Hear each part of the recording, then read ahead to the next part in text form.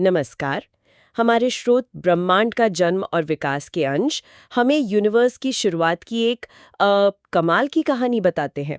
आज हम इसी पे बात करेंगे। नमस्कार। हाँ, ये सोचने अपने आप में बहुत बड़ी बात है कि सब कुछ मतलब तारे, ग्रह, हम खुद कहाँ उम्हूं, से आए। बिल्कुल। चलिए इस सफर को समझने की कोशिश करते हैं। तो कहानी शुरू होती है बिग बैंग से। लगभग 13.8 अरब साल पहले। जी बिल्कुल। और जैसा स्रोत बताते हैं, ये कोई ऐसा धमाका नहीं था जैसे हम सोचते हैं स्पेस में। हाँ, वो अंतरिक्ष का ही फैलना था, है ना? एग्जैक्टली स्पेस खुद ही फैल रहा था, एक बहुत ही ज्यादा गर्म और घनी अवस्था से। तो शुरुआती कुछ मिनटों में क्या हुआ? तब तो कुछ नहीं था। देखिए वो पहले कुछ मिनट बहुत जरूरी थे। जैसे ही थोड़ा ठंडा हुआ, प्रोटॉन, न्यूट्रॉन, इलेक्ट्रॉन जैसे कण वो बन गए। अच्छा। और फिर बस कुछ ही मिनटों के अंदर ये जुड़कर पहले एटॉमिक न्यूक्लियस बनाने लगे, मतलब हाइड्रोजन और हीलियम। इसे कहते हैं बिग बैंग न्यूक्लियोसिंथेसिस। तो सबसे पहले सिर्फ हाइड्रोजन और हीलियम ही थे। हाँ, मोटे तौर पर तब तारे नहीं थे, आकाशगंगाएं नहीं थी, बस अंधेरा कह सकते हैं, गैस से भरा हुआ। फिर ये रोशनी कैसे आई, तारे कैसे बने, और ये जो भारी तत्व है कार्बन, लोहा, ये सब कहाँ से आए? हाँ, उसके लिए लाखों साल लगे।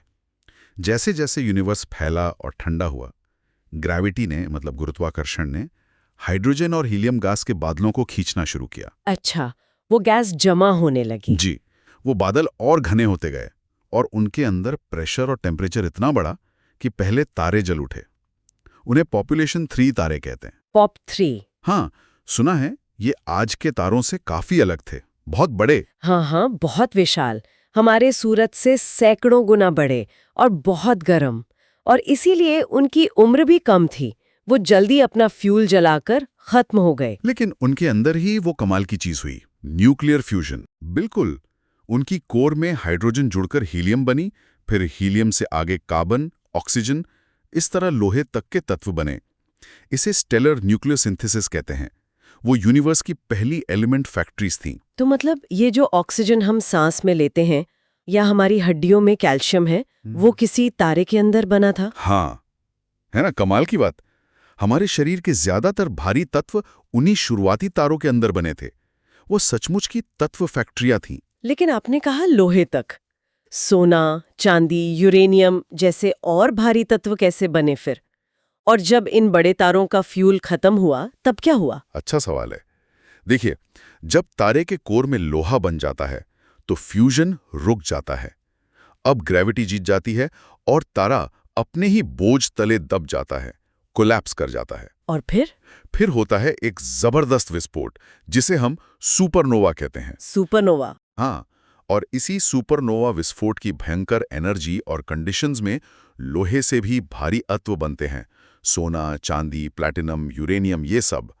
इसे सुपरनोवा न्यूक्लियोसिंथेसिस कहते हैं। अरे वाह! तो सुपरनोवा सिर्फ अंत नहीं, एक नई शुरुआत भी है भारी तत्वों के लिए। और विस्फोट के बाद क्या बचता है? उस तारे का जो कोर बचता है वो बहुत ज्यादा डेंस होता है।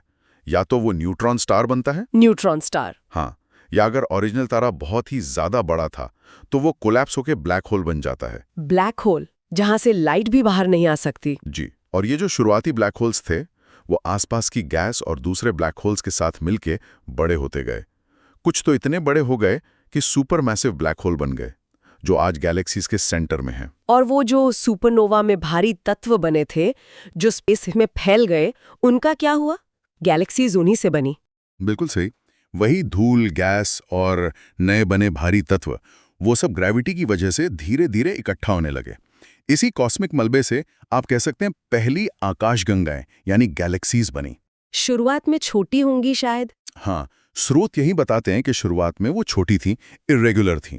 फिर समय के साथ वो आपस में मिलती गईं, मर्ज होती गईं और आज की जो बड़ी स्पाइरल या एलिप्टिकल गैलेक्सीज हम देखते हैं वैसी बनी। तो ये पूरी एक चेन है। बिग बैंग से हल्के तत्व, फिर तारों ने भारी तत्व बनाए, सुपरनोवा ने और भारी तत्व बनाकर उन्हें फैलाया। हाँ, और उसी मटेरियल से नई पीढ़ी के तारे, ग्रह और गैलेक्सीज बनी। और सबसे अहम बात, उसी फैले हुए मटेरियल से, जिसमें कार्बन, ऑक्सीजन, लोहा जैसे तत्व थे, पृथ्वी जैसे ग्रह बने और यहाँ जीवन संभव हुआ। तो वो जो कहते हैं हम सब तारों की धूल हैं, वी आर स्टारडस्ट, वो सच है। वो लिटरली सच है। हमारे शरीर का हर भारी परमाणु कभी ना कभी किसी तारे के अंदर बना था और सुपरनोवा के जरिए बाहर आया था। कमाल है, बिग बैंग से लेकर हमारे होने तक का ये पूरा सफर, हम सब एक बहुत बड़ी चलती हुई कहानी का हिस्सा हैं। बिल्कुल। और ये सब जानकर ये सोचने पर मजबूर होते हैं कि निर्माण और विनाश का ये जो इतना बड़ा साइकिल है, इसमें अगला कदम क्या होगा यूनिवर्स के विकास का? हाँ, या क्या कोई ऐसी नई खोज हमारा इंतजार कर रही है जो यूनिवर्स की शुरुआत के बारे में हमारी आज की समझ को पूरी तरह से बदल दे? ये सवाल तो हमेशा रहेंगे।